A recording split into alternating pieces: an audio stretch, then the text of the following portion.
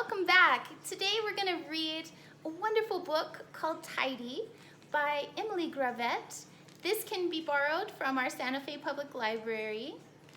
And our little book buddy here is Loki. He's kind of sleepy, so we're going to read him a lovely story for bed.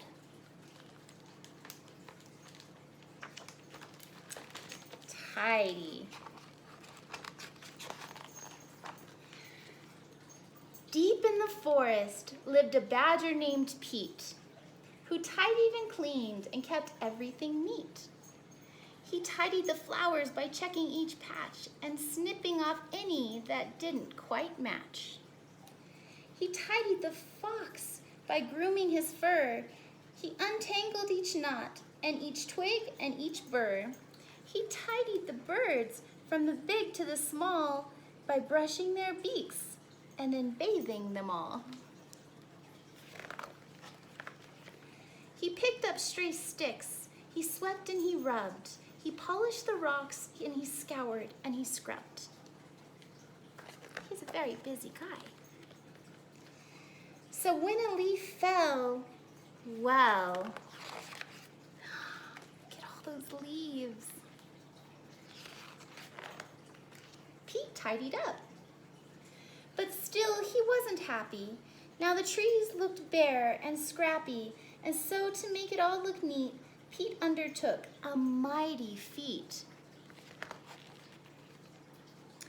He dug every single tree up. But then it rained. There was a flood. And afterwards, a lot of mud. Pete called in the diggers, he called in the mixers, he called in the concrete, the rakers, the fixers. No mud, no leaves, no mess, no trees, perfectly tidy and perfectly neat. This forest is practically perfect, said Pete. I'm hungry, he thought. I deserve a treat. So he hunted around for something to eat. But the beetles and worms that he usually found were under the concrete, deep under the ground. And so Pete decided to go home instead. If he couldn't have dinner, he'd go straight to bed. But when he arrived and took out his key, there wasn't a door where the door used to be. Later that night, Pete tossed and he turned. His belly was empty and it rumbled and churned. As he lay in his mixer, wide awake, he started to think, I have made a mistake. So, what will he do, Loki?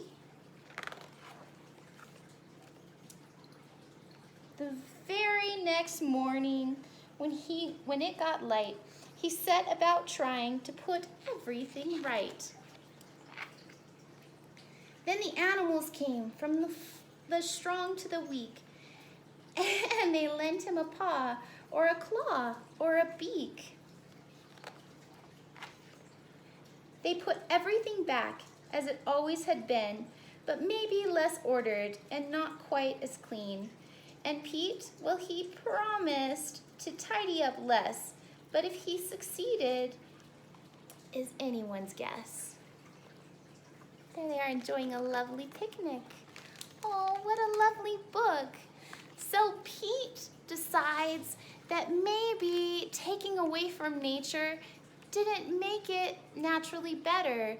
So that's a really wonderful thing to think of, especially around fall, because there are a lot of bugs and small animals that do use the leaves that fall from the trees to be able to hide in and to put safe places for their babies.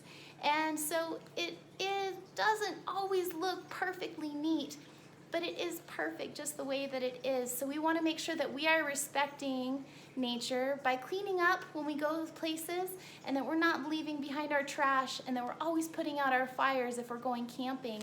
So my little buddy here is just about ready for bed. But first, let's learn about this sleepyhead. So ferrets are incredible animals. They are in the family of mustelids. That means that they're in the same family as badgers and skunks, and they have an actual smell to them, just like their family members, and that's how they help to find each other. They can rub against a tree or a lovely rock, and they leave behind this smell, so when one of their friends comes along, they say, "Hey, Loki was here. We should visit him." Now, when Loki was a baby, he was called a kit. Babies are kits, girls are Jills, boys are called Hobbs, and they are really fantastic because they are one of the most interesting mammals in the world because they have something very special. So I'm sitting up big and tall. I'm using my spine. That's the bones that start right back here behind your neck and go all the way down your back. Well, I can bend lots of great ways, but ferrets are amazing. Ferrets have the most flexible backbone of any mammal in the whole world, so they can bend every way. They're yoga masters.